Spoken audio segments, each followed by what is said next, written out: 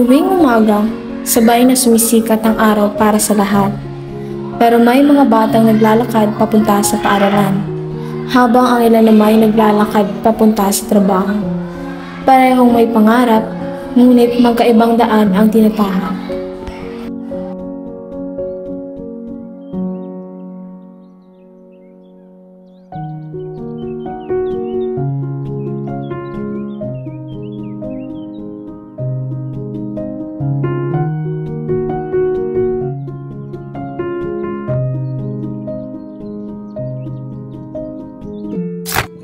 Para sa akin, ang edukasyon ay pagkakataong baguhin ang buhay natin.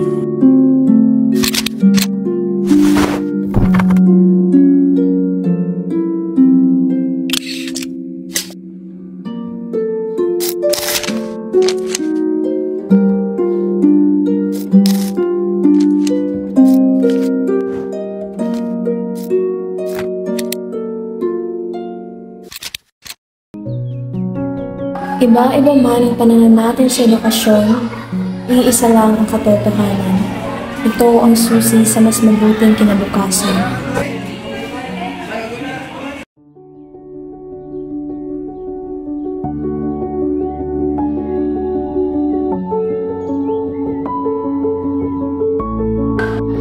Sa likod ng bawat guro ay isang kwento ng sakripisyo. Si Ma'am Almira, huwara ng tapang, tiyaga at pananampalataya. Isang babaeng minsang nadapa, ngunit mas piniling bumangon. 7 taong gulang pa lamang ako nang maghiwalay ang aking mga magulang. Sa bawat gabing may gasera, doon ko'y sinulat ang pangarap ko. Nagtatrabaho ako bilang kasambahay. Naging magulang man ako sa murang edad, ngunit hindi ko hinayaang mamatay ang pangarap ko. At kahit buntis ako noon, ipinagpatuloy ko pa rin ang pag-aaral. Ngayon, isa na akong master teacher.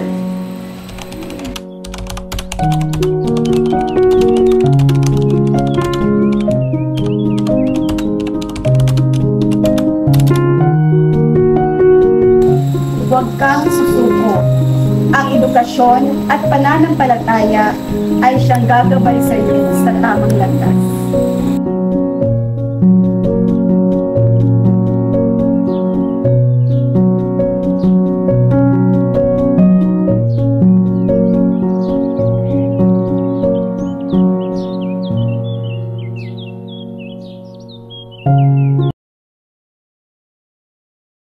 Bakit hindi mo natapos ang pag-aaral?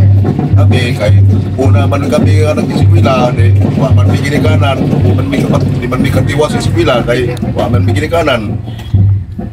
Nagdagko na sa among mga iyaan. So, ang amo iyaan na may mga anak. So, ang iyaan lang anak pa eskwelahon, kung sa amo kami maulaan. Muna amo ang sa among panahon, year 1970. Ito mga tapos ang pangarap ko kasi mga pamilya financial, isa rin sa mga kakulangan namin. Kaya nga hindi ako nakapagtapos ng pangarap. Ito, tricycle driver na lang ang nakiklapot ko. May gana. Huwag kong ganahin nagkuhan kay bulok man. Tungod sa kalisod ba dyan? Tungod sa kalisod ka na una, minus pag support sa one. May kwarta, eskwela. Dahil sa walang financial perang panggusto sa pagkain, Di na ako natapos ang akong pag-aaral kay nainganyo ko sa akong mga classmates na mato sila Manila, unarbaho, unya, inika Sabado, makakwarta sila. Diya mo to nga, tuod, hinadto ko sa Manila, nanarbaho ko dito. Diya, abdan o pila ka buwan, akong ginikanan, giapas ko kay eskwelahon ko. Diya ako, wa ko huli sana ba? Kay angay na ko sa Manila, kay nagito ko na may sweldo. May mo to nga, agad ko mo, mauban nila. Kaya naingan yun, nalagi ko.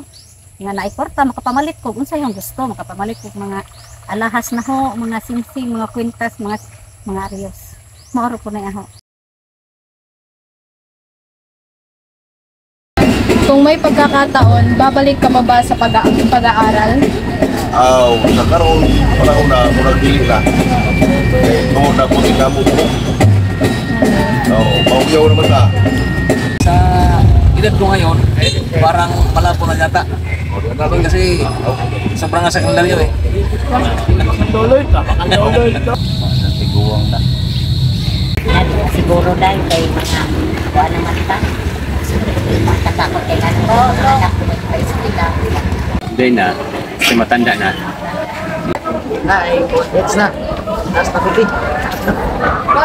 Oo naman, yes. I'm willing to go to school. Sa pag-aaral kay matanda na. Hindi, mag-uman na lamang ko, mananom na lamang ko, humay, o unsa-unsa diha mga lagot mo. Kaya rin, mabuhit ko.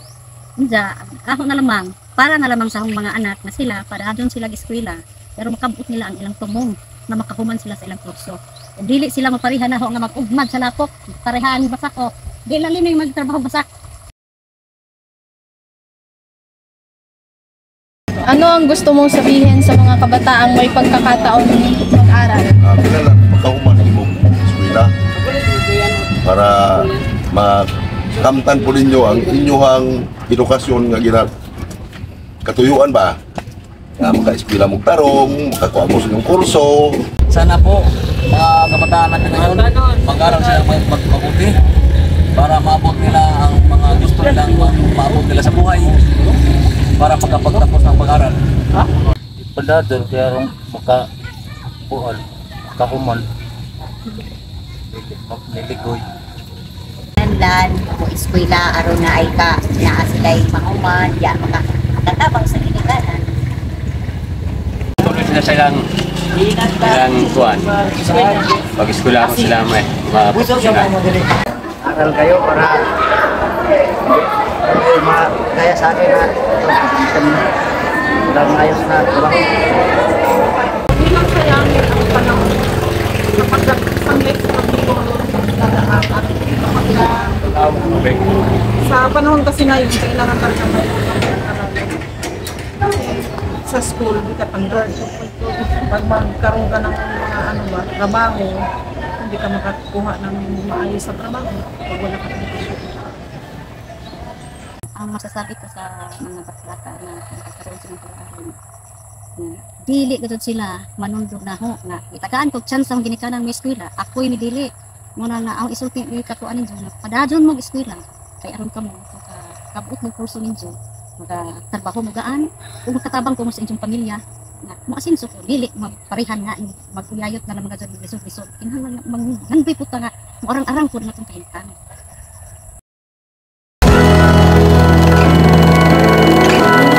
Pinabigyan ng pagkakataon. May mga pangarap na napilitang isang tabi, hindi dahil sa kakulangan ng determinasyon, kundi dahil sa bigat ng realidad. Ngunit sa bawat kwento ng pagtitiis, may liwanag ng pag-asa. Sila ang patunay na hindi mo kailangang may diploma para magkaroon ng dangal. Para sa mga batan ko, mga tagang chance na maka-eskwela, ako na masuti nito ay grab ang opportunity. Hindi na mga tagang chance na maka-eskwela tungkol sa kanilang matod pa sa katiguangan, kinira mo sa kabutang na di makawat mas tiga-kinsa. Usa pa, kung kita magmalampusin sa pag-eskwela, ini mo ay hindi mo dakog tabang kanato aron kita makatagamtang kung kalamuan sa atong kinabuhi. Ang gusto kong sabihin sa mga kabataang may pagkakataong pang mag-aaral,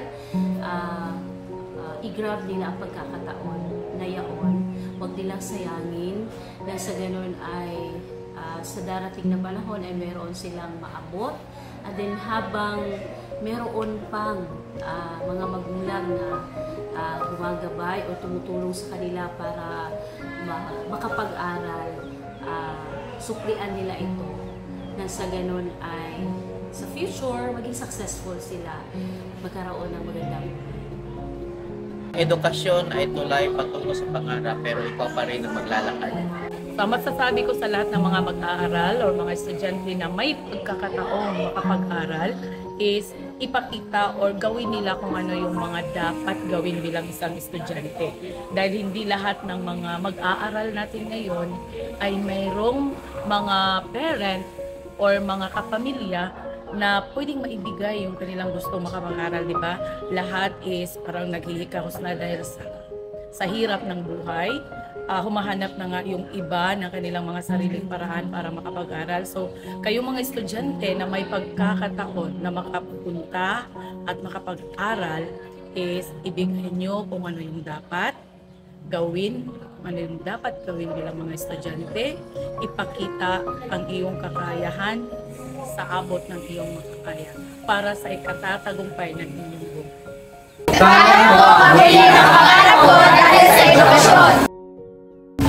Ang edukasyon ay hindi karera kung sino ang mauuna, kundi paglalakbay kung sino ang patuloy na lumalaban. Ang edukasyon ay hindi lang tungkol sa grado o diploma, kundi sa pag-asa, sa pangarap, at sa tapang na magpatuloy kahit mahirap.